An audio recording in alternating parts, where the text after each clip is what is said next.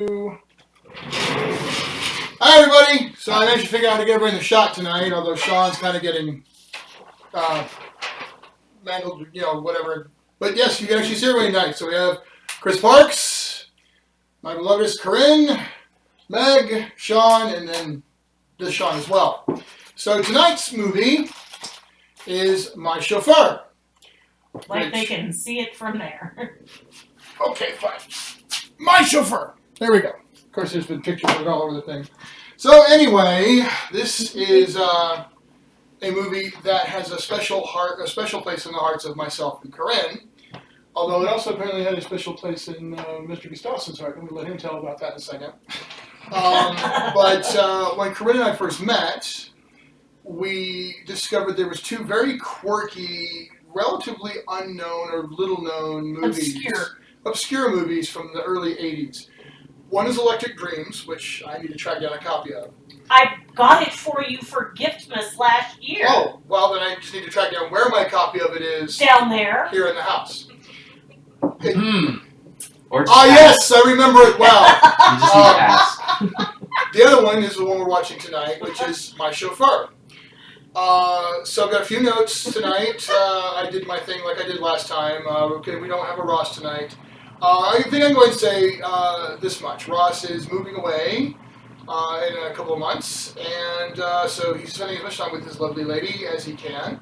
You met her in a previous BEAGLE movie club show. She's made of awesome. Susan DeHaas. So they're spending as much time as they can because she's going to be deploying for her Air Force duty, and he's heading off to Arizona when she does to start his new job. So again, they're off doing their thing. But tonight, as I said, we're watching My Chauffeur, which I'm going to share a few notes now, and then I'll have a couple of things to talk about. We'll talk about our feelings about it afterwards. Actually, before I get into it, Sean, how is it that we discovered that Carinn and I both had this movie in common? We both love this movie. You told me something tonight. Well, I hadn't recognized the name of it, but when I watched the trailer, I realized that I remember having seen it. It used to play on HBO when I was a kid. I remember because Penn and Teller are in it. But no, I had a huge crush on this girl. Who Yes. Deborah Foreman was that girl. So did I. That's a common response to Made Deborah me Foreman. spit up a little bit. Sorry. So there's a lot of things actually. There's a lot to be said about Deborah Foreman. Oh boy, is there. But I want to save that actually till the end of the movie because this is definitely her movie, and there's some really interesting things to be said about it that I think are poignant for in the aftermath.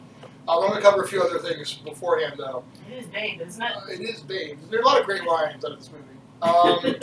So E.G. Marshall is probably the most famous actor in this film, having hundreds of other films and television appearances under his belt, both prior to and following this movie. Which one was E.G. Marshall? Huh? Who did E.G. Marshall play? Her father. Well, spoiler alert! The elderly benefactor, Okay. who turns out to be her father. Oh well. Actually, Battle's father. a father of someone in the movie, and it's actually relevant to the plot. Okay. His career went on for over a decade before his death in 1998. Another well-known actor in this is Sam J. Jones, a Playgirl model in 1975. He first starred, or was one of the main stars of the movie 1979 movie 10, which of course everybody knows Bo Derek and Dudley Moore for that one. Because of that role, he got to beat out Kurt Russell and Arnold Schwarzenegger for what turned out to be his most famous and iconic role, that of Flash Gordon, the 1980 release of Flash Gordon. Yeah, Schwarzenegger was a potential pick for that. Wow. That would have been awkward.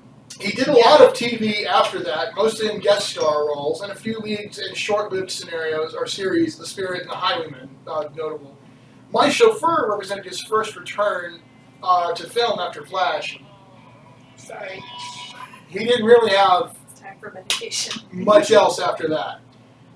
Best known for his role as Johnny Fever in WKRP in Cincinnati, Howard Hessman actually had a huge film and TV career spanning from 1968 all the way up to the 2000s. He hasn't done anything recently. He was last listed thing was somewhere in the early 2000s. This is also notable. You mentioned Penn and Teller earlier. This is also notable. It's the very first time that the team of Penn and Teller appear together in a movie. Penn Jillette appeared in 2 other movies before this in very minor roles: the schlocky Savage Island and the goofy Judge Reinhold comedy Offbeat. But this was the first time that he and Teller appeared together, playing off of each other. No, it's actually a very clever bit. And then finally, the infamous bit part that anybody who's seen this movie does remember, the rock and roll star Catfight is played by Leland Crooke. He's one of those that guys, because you don't really know him until you're like, oh wait, it's that guy.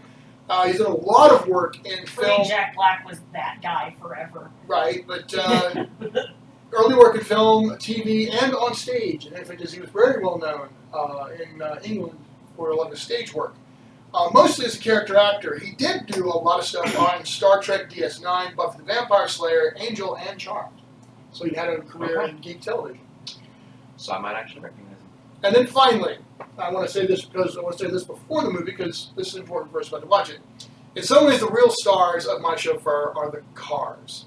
Keep an eye out especially for the 1979 Oldsmobile Tornado, the 1975 Rolls-Royce Silver Shadow, and especially the 1959 Rolls-Royce Phantom 5. So it is a movie about chauffeurs driving elaborate cars. All right, well, that's what I've got. Anybody else want to throw a thing in before we start the movie? All right, well, this is a very I'm cute... biting my tongue to keep from throwing quotes out. Well, there's going to be plenty of quotes to come. So thank you for joining us for the pre-show.